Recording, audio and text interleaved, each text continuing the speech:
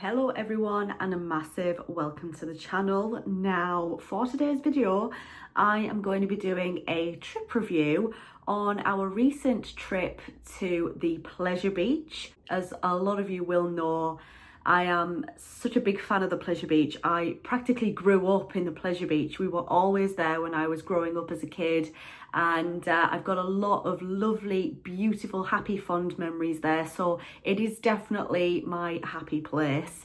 And it was just what I love now that I'm older and I have a family of my own. I love taking them there and seeing their reactions and creating lovely memories with them. I didn't really film anything for this particular trip. I had every intention of filming a vlog, but I got there and I just loved spending time not glued to my phone filming, just creating lovely memories with some of my best and most favorite, closest people in my life. There's going to be no clips of the actual trip, but we did go.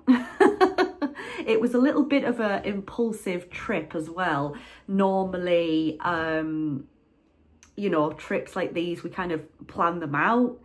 But literally, we decided that we were going to the Pleasure Beach the night before we were actually going.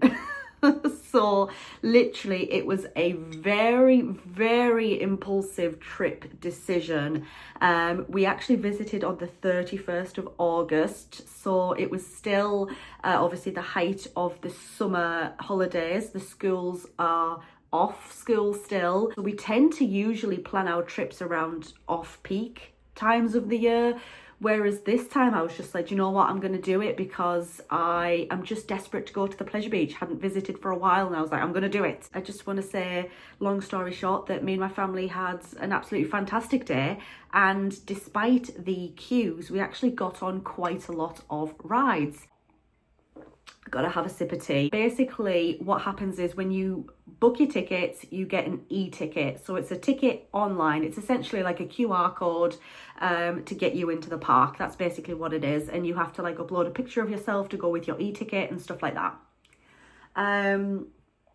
So we did that, but you do have the option once you're in the park to have a paper ticket. Now, we did have a lot of issues with it last year when we went. A lot of the machines that would give, you know, guests paper tickets weren't working. And so we wasted like an hour of our day trying to get paper tickets, going from shop to shop. Please, can someone just give us a paper ticket? This year, we actually did have the intention of getting paper tickets once we entered the park, but because it was so busy, we just sort of wanted to get in line for things and try and get on as much as we possibly could, despite the busyness of the park.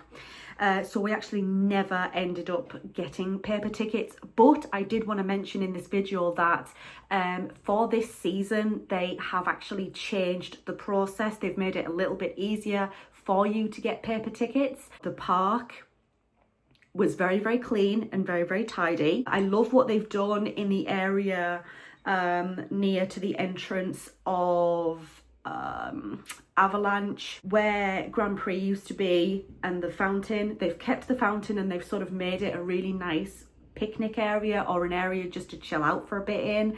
Really love that. They've kind of put some grass down and they've like put a few things in there and it looks really, really nice. The park itself in general was just looking very clean, very tidy. The only bit of the park where we did have a slight issue with cleanliness was the toilets, but in a way it is to be expected. There's a ton of guests in the park. It's very, very busy, height of summer, so I wasn't expecting the toilets to be completely spotless, and I did see staff members were going in and checking the toilets, you know, periodically. So I know that staff members were going in there and trying their best to clean the toilets.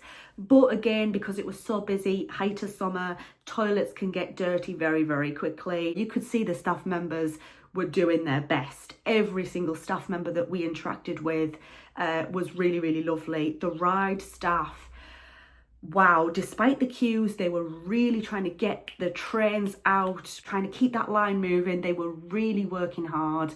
So yeah, my absolute hats off to each and every staff member at the park, whether that was ride operators, whether that was like cleanliness, like staff members, like cleaners, whatever, you know, I could see that they were, you know, doing their best. The lines were moving pretty well. Like I said, the ride operators were really trying to keep the lines moving and stuff. But what I found being there on such a busy day, I feel like they could do with an extra member of staff on hand just to direct guests to a row rather than leaving guests just sort of milling around picking their own rows, because what I found is that can lead to a lot of empty seats on trains. I feel like that could have really helped, like if there was a staff member there literally saying, okay, you row 2, you row 3, you row 4, oh, have we got a single rider here to fill this seat, you know, a little bit of direction, because yeah, that did lead to a lot of empty seats on the rides. But the staff members, again, I'm not blaming them, because it was very, very busy, it was a bit hectic, and you know, you could see that they were just doing the best. I can't comment on actually the quality of any food or drink on the park. We were debating grabbing a bite to eat just before the park closed, but we all got in line for Ghost Train instead, and we just all ate late at night once we got back home. It was really, really good to get on Launchpad. That was actually, since it opened earlier this year, it was my first time getting on Launchpad since its restoration. I definitely can feel the improvement compared to when it was Ice Blast in its later years. I definitely feel like the work they've done on there has improved the ride experience. I'm a biggish girl, right? So I was filling that seat, but even when we got right to the top of Launchpad, I got a lot of airtime. Like, it's definitely a lot more punchier than what it was. It's definitely got its spark back. Unfortunately, we didn't get on Valhalla. We did spend a lot of time in Nickelodeon Land because of my 4-year-old daughter Ellie. She loved it in there. She loves seeing SpongeBob, Paw Patrol. She loved Blue Flyer. I took her on Blue Flyer for the very first time when she was 1 year old. How wild is that? And now she's 4. She loves Blue Flyer. She loves the Fairy World Taxi Spin. She loves Wallace and Gromit, obviously not part of Nickelodeon Land, but she loves Wallace and Gromit as well. And they added new scenes in Wallace and Gromit too. They have a few scenes dedicated to Vengeance Most Foul, the recent Wallace and Gromit film that came out at the end of last year, 2024. So yeah, I mean, I loved the ride anyways because I grew up watching Wallace and Gromit. We got on Icon a couple of times, did Enzo. Still love Enzo. We actually had one of the best rides on Enzo that we'd ever had. So that was really, really good. Me and my mum just laughed the whole way around. Yeah, we got on surprisingly a lot more than I thought we would, given the busy crowds. When I say that it was busy, we're talking wait times of an hour or longer. Like at one point, Valhalla wait time was 75 minutes.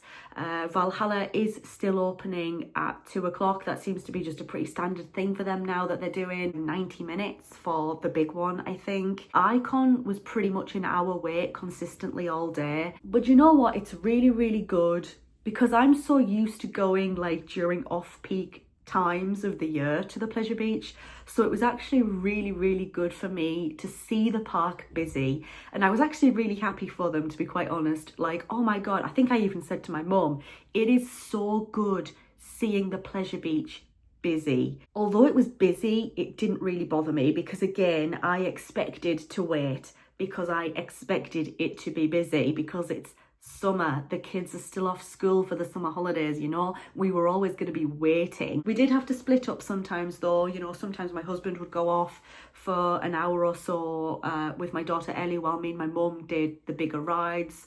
So sometimes we did split off, but you know, we also spent a hell of a lot of time together as well, which was really, really nice because that's what I wanted. One thing actually that I have forgot to mention so far is, unfortunately, the River Caves is still shut. I'm not really mourning about that because I know that the team at the Pleasure Beach are working really, really hard to reimagine the ride, kind of like what they did with Valhalla a few years ago, and kind of like what they've done, of course, with Launchpad. So I'm not complaining, but I did miss the ride at the park. I missed going on the ride. I can't help but feel really excited for the Pleasure Beach's future, and their merch is fantastic as well. In the last sort of 6 or 7 years, the merch has gotten even better and the quality has gotten better. Thank you so much for watching and making it to the end of this trip review. Did you go to the Pleasure Beach over the summer holidays? Did you enjoy your trip? Did you not? Let me know. If you enjoyed, leave it a thumbs up. If you're new here, go ahead and click on that subscribe button. Thank you guys once again, and I hope to see you in the next video.